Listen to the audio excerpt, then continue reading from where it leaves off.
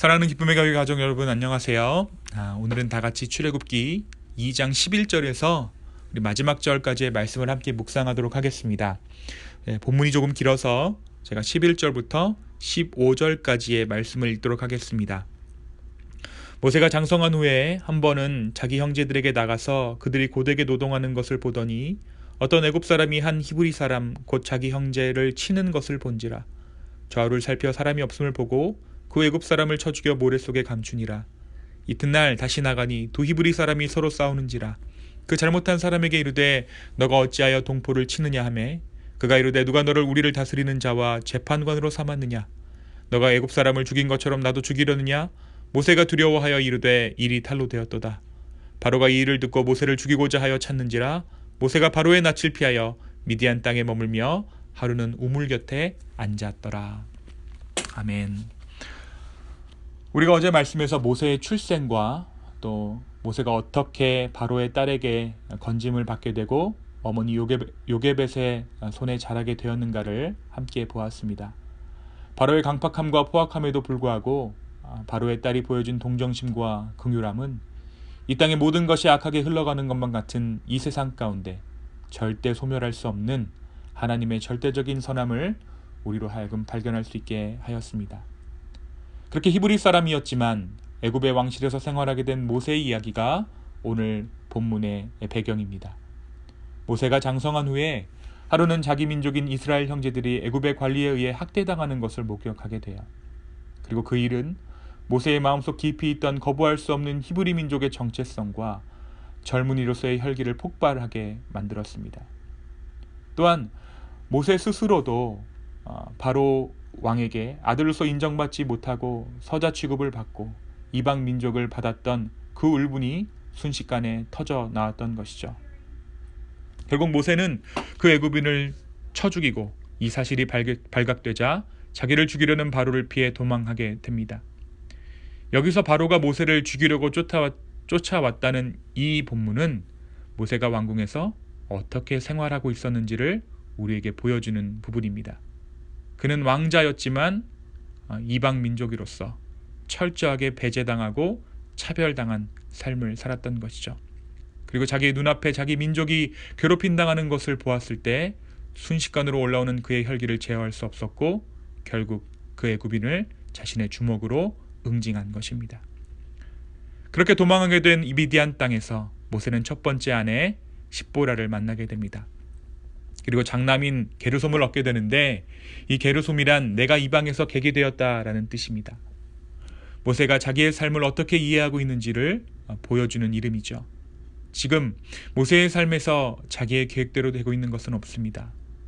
이방 땅에서 이방의 여자와 계획하지 않은 결혼을 하게 되고 게다가 아들까지 얻었습니다. 계획하지 않았고 소망하지 않은 일들이 삶에서 진행되고 있습니다. 어쩌면 모세는 서서히 인생에 대한 끈을 놓아버리고 자기가 주도하지 않는 자기의 삶에 자기의 운명에 스스로를 맡겨버렸는지도 모르겠습니다. 하지만 우리는 알고 있습니다.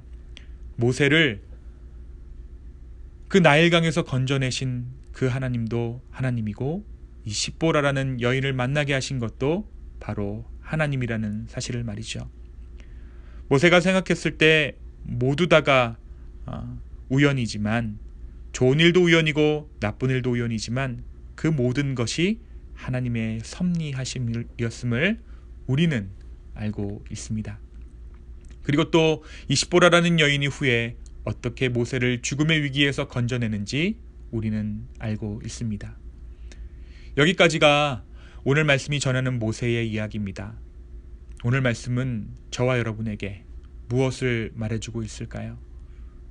먼저 히브리 민족을 괴롭히는 애굽의 관리를 스스로의 힘으로 처단하는 모세의 모습을 통해 우리는 스스로의 힘이 좋을 때 스스로 무언가를 해결하는 일이 결코 좋은 것이 아님을 알 수 있습니다.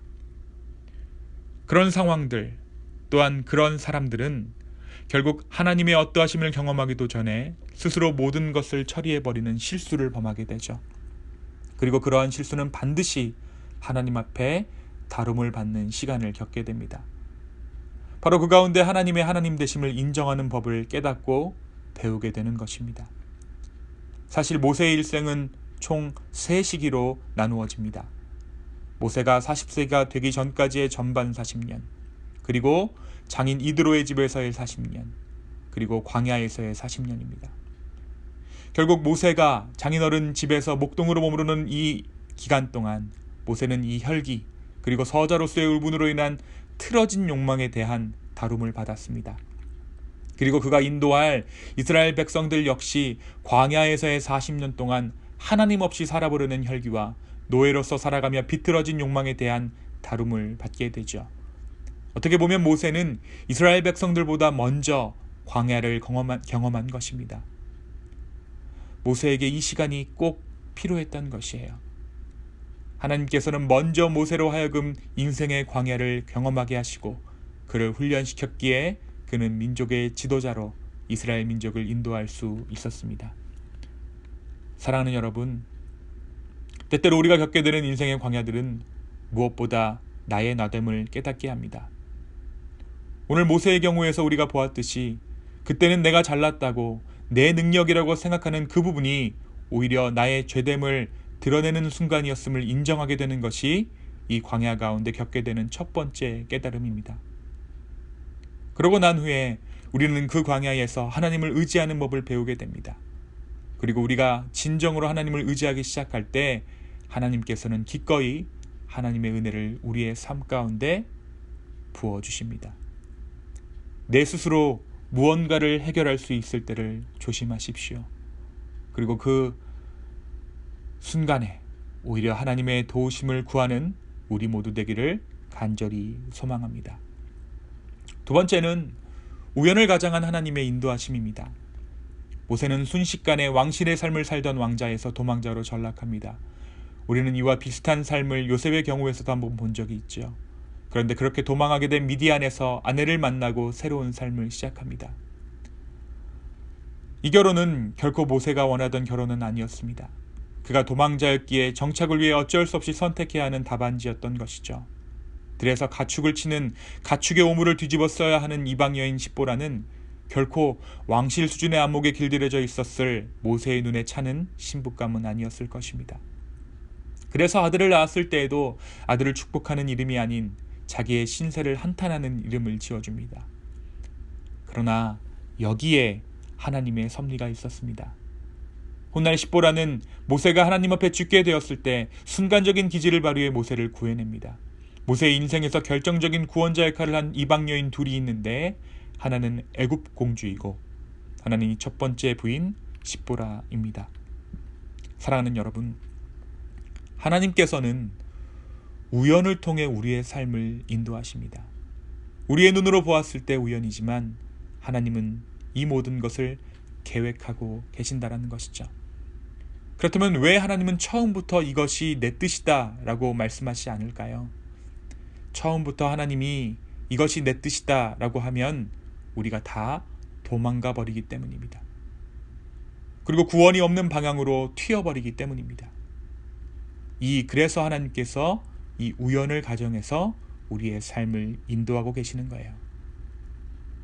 이 우연을 가정한 인도함이 사실 우리의 삶을 구원합니다.